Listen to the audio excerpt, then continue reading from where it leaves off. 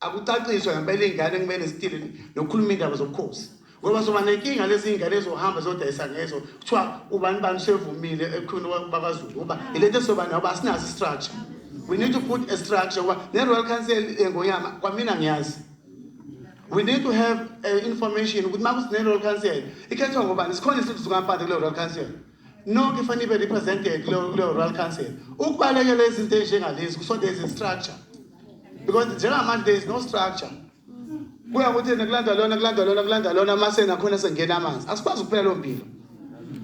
uZulu obukhosi bunamandla obudlula ama-Arab.